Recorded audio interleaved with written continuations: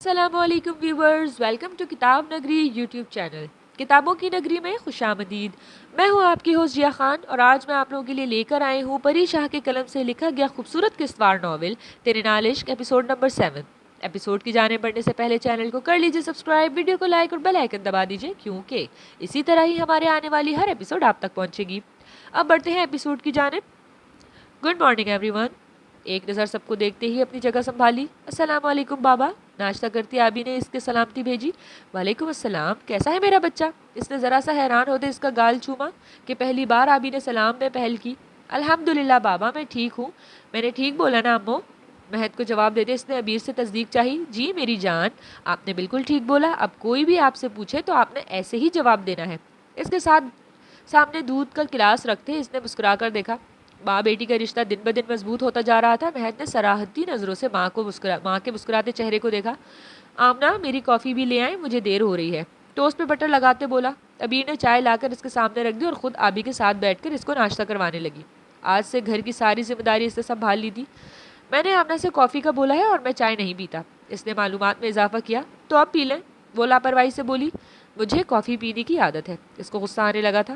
ہاں تو بدل لیں عادت، اس میں کیا ہے؟ اس نے کندھے اچکا دیے۔ آمنہ، میری کافی لے کر آؤ۔ اب کہ وہ ذرا زور سے بولا۔ آہستہ بولیں، اور آج سے کچن کا کام میرا ہے، آمنہ یہاں نہیں آ سکتی۔ ابیر نے اس کو گھور کر دیکھا جس کے چہرے پہ صاف غصہ ظاہر تھا۔ مام، اس نے خفا نظروں سے شازیہ بیگم کو دیکھا جو بیٹھی اپنی مسکراہٹ دبا رہی تھی۔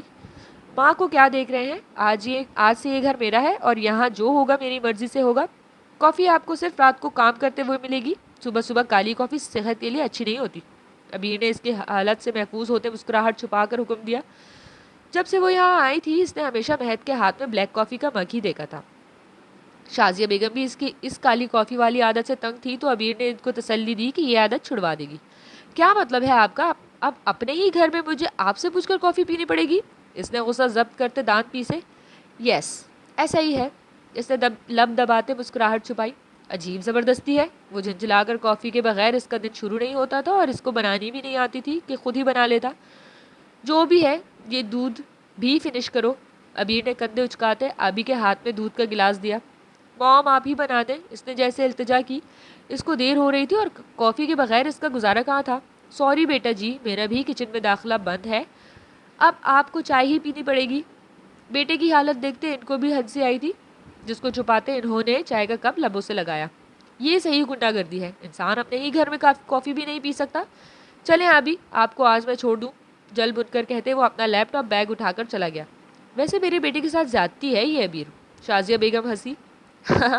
ماں، کچھ نہیں ہوتا، یہ جناب ایسے ہی ٹھیک ہوں گے۔ مسکراہٹ دباتے وہ کچن سے باہر نکلی اور آبی کا بیگ لے کر آئی۔ لنچ پورا فنش کرنا اور کینٹین سے کوئی بھی چیز نہیں کھانی۔ بیگ اس کے کندھوں پہ ڈال کے اس کو یاد دلایا۔ اوکے امو، اس نے تابیداری سے سر ہلایا۔ چلو جاؤ، بابا ویٹ کر رہے ہیں، اللہ حافظ۔ اس کا ماتھا چوم کر اس کو باہر بھیجا اور برتن سمیٹے۔ شازیہ بیگم مسکرا کر اس کو دیکھ رہی تھی۔ کچھ ہی دنوں میں ان کو پتہ چل گیا تھا کہ ابیر اس گھر کے لیے بہت بہترین انتخاب ہے۔ اپنی پوتی کا مسکراتا چمکتا چہرہ دیکھتی تو ان کے دل میں ٹھنڈک پڑ جاتی۔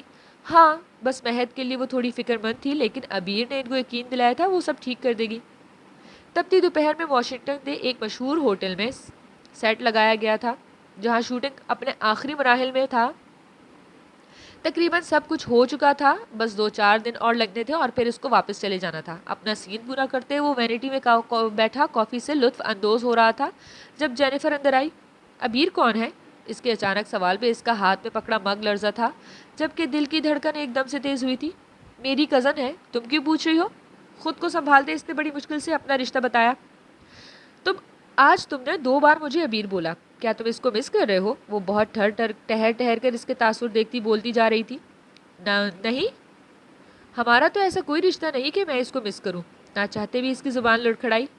ڈونٹ نو بٹ مجھے لگتا ہے کہ وہ کوئی بہت امپورٹنٹ انسان ہے تمہاری لائف میں، جس کو تم بار بار یاد کرتے ہو لیکن کسی کو بتانا نہیں چاہتے۔ اس نے کندھے اچکائے۔ اس نے 4 مہینے ہمدان کے ساتھ دن رات کام کیا تھا اور کئی بار ہمدان نے اس کو ابیر کہا تھا۔ نہیں، وہ میری لائف میں کہیں نہیں ہے۔ دل کی تڑپ نظر انداز کرتے اس نے دماغ کی مانی تھی جو ابیر کو آج بھی یاد کرنے میں۔ Are you sure? اس کی ہری آنکھیں چمکی۔ یس، ہمدان پھیکا سا مسکرایا۔ بٹ مجھے لگتا ہے ایسا نہیں ہے۔ تم اس سے محبت کرتے ہو لیکن یہ ماننا نہیں چاہتے، میں نے دیکھا ہے۔ جیسے تم اس کا نام سن کر چونک جاتے ہو، اس کا ذکر آتے ہی تم کہیں کھو جاتے ہو۔ جو اظہار تم نے سین میں میرا نام لے کر کرنا تھا، وہ اظہار تم نے عبیر کا نام لے کر کیا۔ جب بھی اس کا کبھی ذکر آیا تمہاری آنکھیں چمکنے لگ جاتی ہیں۔ I can feel your love for her. I can see your love. تمہاری آنکھوں سے صاف واضح ہوتی ہے اس کی محبت، لیکن پتہ نہیں تم کیوں نہیں مان رہے۔ لیکن میں جانتی ہوں تم اس سے صرف محبت نہیں، بہت زیادہ محبت کرتے ہو، ایسی محبت جو کسی کو بھی محسوس ہو جائے۔ جب تم اس کا نام لیتے ہو تو اس میں ایک الگ احساس ہوتا ہے، میٹھا سا، خوبصورت سا احساس، بالکل ویسا جیسے محبت کا احساس ہوتا ہے۔ اب جب تم واپس جاؤ گے نا تو اس کو بتا دینا۔ اس کی سفید پڑتی رنگت دیکھتی وہ لاپرواہی سی بولتی وہاں سے چلی گئی، جبکہ ہمدان سن وہیں بیٹھا رہ گیا۔ اس کے کانوں میں جینیفر کے الفاظ گونج رہے تھے، تم اس سے محبت کرتے ہو؟ نہ، نہیں، میں اس سے محبت نہیں کرتا۔ میں کیسے اس سے محبت کر سکتا ہوں؟ وہ تو میری لائف کی سب سے بڑی غلطی تھی۔ اس کو اپنی لائف سے نکال کر ہی میں یہاں تک پہنچا ہوں، پھر کیسے میں اس سے محبت کر سکتا ہوں؟ اس کا دماغ کام کر رہا تھا جبکہ دل تو یہ الفاظ سنتا تڑپ اٹھا تھا۔ تم اس سے محبت کرتے ہو، اسی لیے وہ تمہیں یاد آتی ہے، اسی لیے تم نے اپنے پیار کا اظہار جینیفر سے نہیں عبیر سے کیا تھا۔ تم نے اس سے کہا تھا کہ مجھ سے دور نہ جانا۔ تم سوتے جاگتے بس اس کو محسوس کرتے ہو، تمہارا دل اس کے نام پہ دھڑک اٹھتا ہے۔ دل نے کرلائی دہائی دی، نہیں کرتا میں اس سے محبت، چپ کر جاؤ۔ اپنے بال مٹھی میں جکڑتا وہ چیخ اٹھا تھا، دل و دماغ میں چھڑی اس جنگ نے اس کے اندر تباہی مچا دی تھی۔ یہ کیسا احساس تھا اور کیوں تھا؟ یہ احساس وہ سمجھنے سے قاصر تھا۔ میں نفرت کرتا ہوں اس سے، اس نے خود کو یاد دلایا۔ تو پھر کیوں اس کو اپنے آس پاس دیکھنا چاہتے ہو؟ دل نے پھر سے سوال اٹھایا۔ اس کو سمجھ نہیں آ رہی تھی وہ کیا کرے، دونوں ہاتھوں سے سر تھامے وہ نیچے بیٹھا تھا۔ ہمدان، میں آپ سے محبت کرتی ہوں۔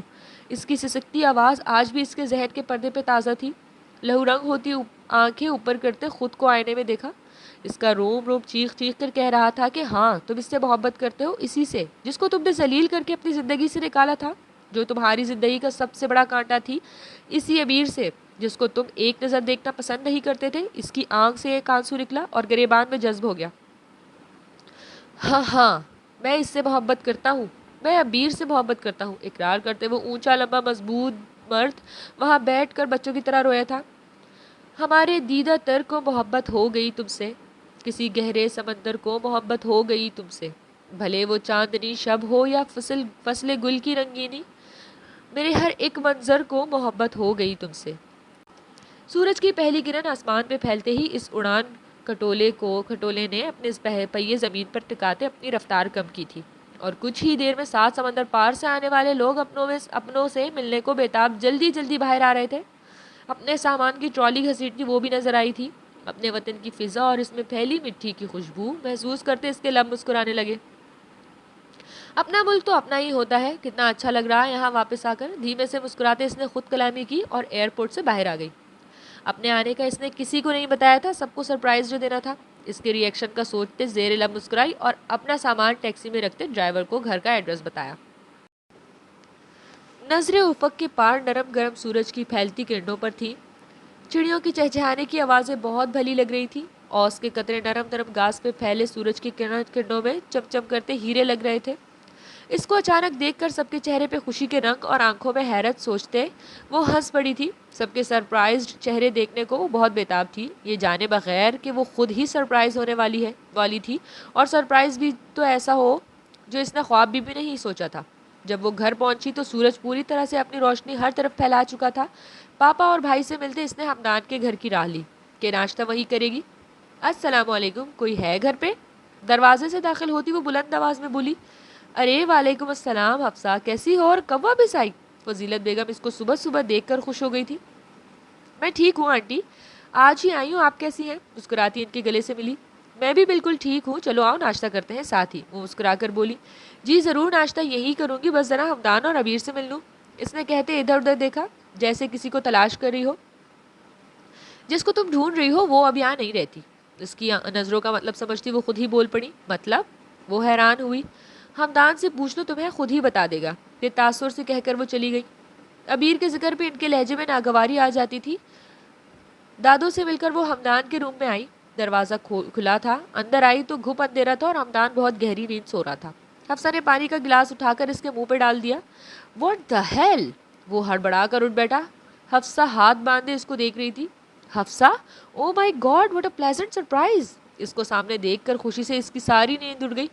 وہ بھی کل ہی پاکستان آیا تھا، سرپرائز تو مجھے ملا ہے یہاں آ کر۔ اس کا لہجہ اجنبی تھا۔ کیا مطلب ہے؟ وہ حیران ہوا۔ ابیر کہاں ہے؟ بے تاثر لہجے سے پوچھا۔ ہمدان نے گہرا سانس لیا تھا۔ صبح صبح اس نے ذکر چھیڑ دیا تھا۔ بولو کہاں ہے ابیر؟ اب اس کی آواز ذرا اونچی تھی۔ وہ یہاں نہیں ہے، سر جھکائے بولا۔ تو کہاں ہے؟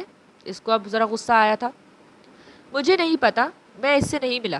اس نے جیسے جرم قبول کیا تھا۔ وہ تمہاری بیوی ہے اور تمہیں نہیں پتا کہ وہ کہاں ہے؟ وہ پھنکاری۔ وہ اب میری بیوی نہیں ہے، اٹک اٹک کر کہتے وہ آنکھیں میچ گیا۔ کیا بکواس کر رہے ہو؟ وہ چلائی۔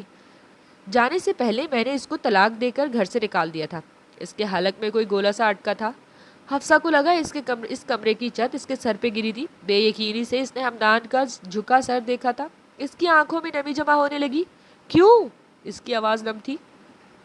دیکھو حفصہ، وہ صرف ایک غلط فہمی تھی۔ مجھے احساس ہو گیا ہے کہ میں نے بہت بڑی غلطی کر دی، لیکن میں سب ٹھیک کر دوں گا۔ اس کی آنکھوں میں اپنے لیے بے یقینی دیکھتے اس نے یقین دلانا چاہا۔ مجھے نہیں پتا تم نے اس کے ساتھ ایسا کیوں کیا، لیکن آج تم نے مجھے کھو دیا۔ اس کی آنکھوں میں آنسو لڑیوں کی طرح بہنے لگے۔ نہیں حفصہ، ایسا مت کہو، وہ صرف غلط فہمی تھی۔ وہ تڑپ اٹھا۔ ایک انسان کو کھونے کے بعد وہ حفصہ کو نہیں کھونا چاہتا تھا۔ اس کی کوئی بھی بات سنے بغیر وہ وہاں سے روتی ہوئی بھاگ گئی۔ ہمدان بے بسی سے وہیں کھڑا رہ گیا۔ اس کی آنکھیں بھی نم تھی اور دل تڑپ رہا تھا۔ تم نے سچ کہا تھا حفصہ، میں پچھتا رہا ہوں۔ بہت بڑی غلطی ہو گئی مجھ سے، لیکن میں سب ٹھیک کر دوں گا۔ آنکھ سے نکلا آنسو صاف کرتے اس نے خود کو باور کروایا۔ 5 بجے کے قریب اس نے گھر میں قدم رکھا تو کسی کے کہکہوں کی آواز اس کے کانوں تک پہنچی۔ اس کے قدم کچن کی طرف بڑھے، دروازے پہ روکتے اس نے اندر کا حسین منظر دیکھا۔ امو جلدی کرے نا، پیٹ میں چوہے کھیل رہے ہیں۔ پیٹ پہ ہاتھ رکھے آبی چیئر پہ بیٹھی زور سے بول رہی تھی۔ بس امو کی جان، بن گیا۔ اور ون مور تھنگ، گرلز کو اتنا لاؤڈ نہیں بولنا چاہیے، اچھا نہیں لگتا، ٹھیک ہے؟ سٹوو بند کرتے وہ نرمی سے بولی۔ اوکے امو، پلیز جلدی۔ اس نے تابیداری سے سر ہلا دیا۔ یہ لے جی امو کے ہاتھ کا اسپیشل پاستا، صرف ابیحہ کے لیے۔ گرم گرم پاستا پلیٹ پہ نکالتے اس کے سامنے رکھا۔ واو یم! اس کے منہ میں پانی آیا۔ ویٹ، بنایا کس نے ہے؟ اس کا پلیٹ کی طرف جاتا ہاتھ پکڑا۔ امو نے، اس نے جھٹ سے جواب دیا۔ تو پھر ابیحہ کو کھلائے گا کون؟ اس کو اپنی گود میں بٹھایا۔ امو، وہ ہنسی ہوئی اس کے گلے میں جھول گئی تو ابیر بھی ہنسی۔ ان کے چہرے کی ہنسی دیکھ مہد چہرے پہ مسکراہٹ آ گئی جس سے وہ خود بھی انجان تھا۔ چلو جلدی سے منہ کھولو، پاستا کو بہت جلدی ہے آپ کے پیٹ میں جانے کی۔ فورک سے اس کے سامنے کرتے وہ بولی تو ابیحہ کھلکھلا دی۔ اب میری باری۔ اس کے ہاتھ سے فورک لے کر ابیحہ نے اس کے منہ میں ڈالا۔ مہد مسکراتا وہیں کھڑا ان کو دیکھ رہا تھا، جو ایک دوسرے میں اتنی مگن تھی کہ اس کی موجودگی کا احساس بھی نہیں ہوا۔ کیا دیکھ رہے ہو؟ اس کو ایسے کھڑا دیکھ شازیہ بیگم اس کے پاس آئی۔ اپنی بیٹی کو اتنا خوش دیکھ کر اچھا لگ رہا ہے۔ آپ کا فیصلہ غلط نہیں تھا ابھی کے لیے۔ مسکراتے اس نے ماں کا چہرہ دیکھا۔ ہاں، یہ تو تم نے ٹھیک کہا۔ ابیر بے شک ابھی کے لیے بہت اچھی ماں ثابت ہوئی ہے۔ شازیہ بیگم بھی ان کی حرکتیں دیکھ کر مسکرا دی۔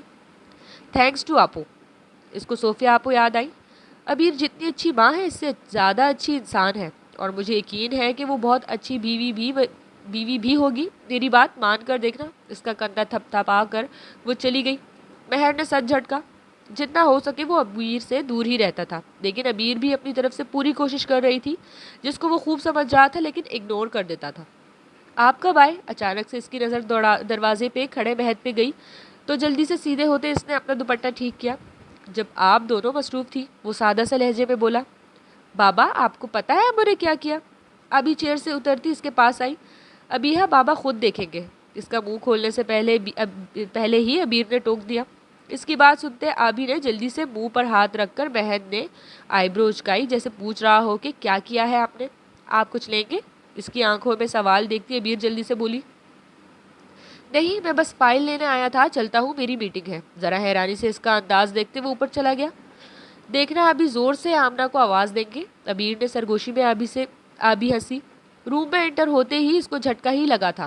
بے یقینی سے اس نے اپنا روم دیکھا۔ تو جناب، کیسے لگی آج کی قسط؟ اپنے تبصرے ضرور شیئر کیجیے گا۔ کیا ہونے والا ہے اس کہانی میں؟ کیا حفصہ ہمدان کو معاف کرے گی؟ کیا ہمدان اب سب کچھ ٹھیک کر سکے گا؟ کیا ہے ابیر نے کمرے کے ساتھ؟ جاننے کے لیے انتظار کیجیے گا اگلی قسط کا۔ خوش رہیں اور